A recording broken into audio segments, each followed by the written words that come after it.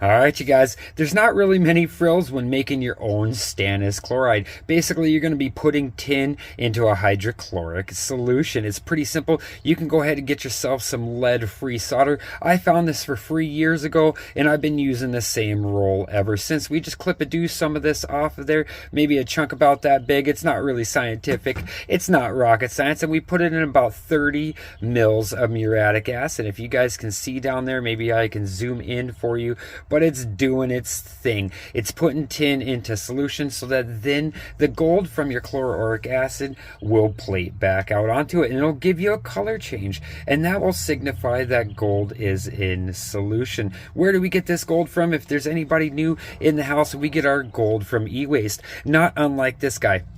This guy has a ram stick, and yes, it has gold fingers, and yes, those chips on there will have just as much, if not more, gold per pound than those teeth themselves. But there's another thing that this guy can provide in a pinch. If you guys are out in the wild, on the scene, getting your gold like Scrooge does, these guys will have tin balls on the back of them. You can kind of see a little grid right there where one is supposed to be. Same concept. You can put some of these in your muriatic acid, let them sit for a minute, and we'll put some of that tin in solution, and it will absolutely work as a wonderful Stannous Chloride test.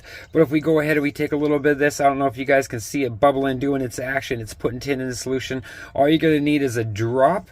And now this doesn't have a lot of gold in solution, but there's enough gold for you guys to see a significant color change happening right there. So that's how you guys can make your own homemade test to learn how to see if there's gold in your solutions. Good luck, you guys. And again, keep in mind, chase the gold, the money will follow. To my wife, I love you, and to my kids, go wash your face.